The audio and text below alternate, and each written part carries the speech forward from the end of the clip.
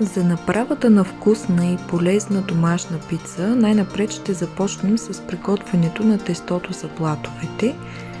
Изсипете количеството вода, която трябва да е леко топла, към нея прибавете маята и медът и започнете да разбърквате. След това прибавете брашното, като постепенно добавяте всяко следващо количество, а не всичко наведнъж.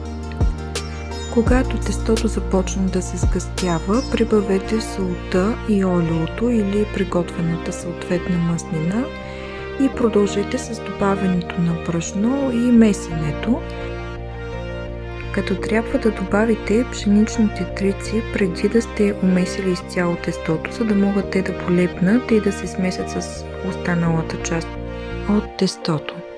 И така продължавате да добавяте още брашно, докато умесите тесто, което не лепне, както съм показала и на самото видео. Когато го оставите да вдасва, може да започнете да приготвяте плънката за самата пица.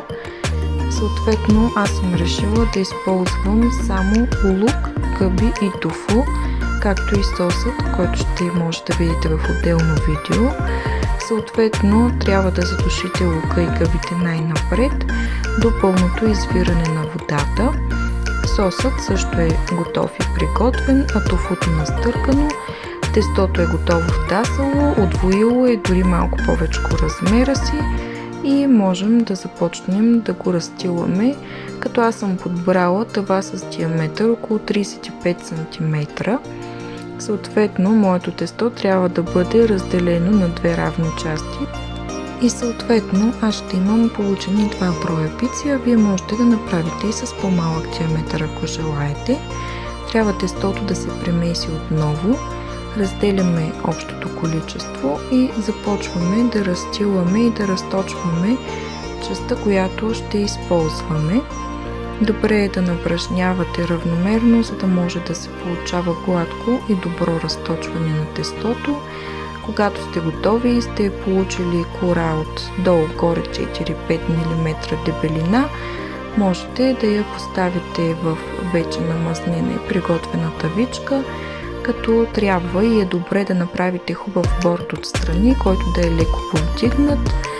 Поставете най-напред гъбите с лука, след това се заемете с разпределеното на настърганото тофу и отгоре може да разпределите съответно сосът, който всъщност ще дообогати вкуса на пицата. Препоръчвам ви да сложите наистина малко повече сос, както съм сложила и аз.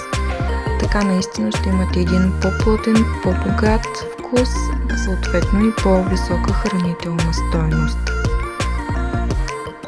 Следва пицата да се изпече в предварително загрята фурна на около 190-200 градуса, докато напълно порозовее и придобие приятен загар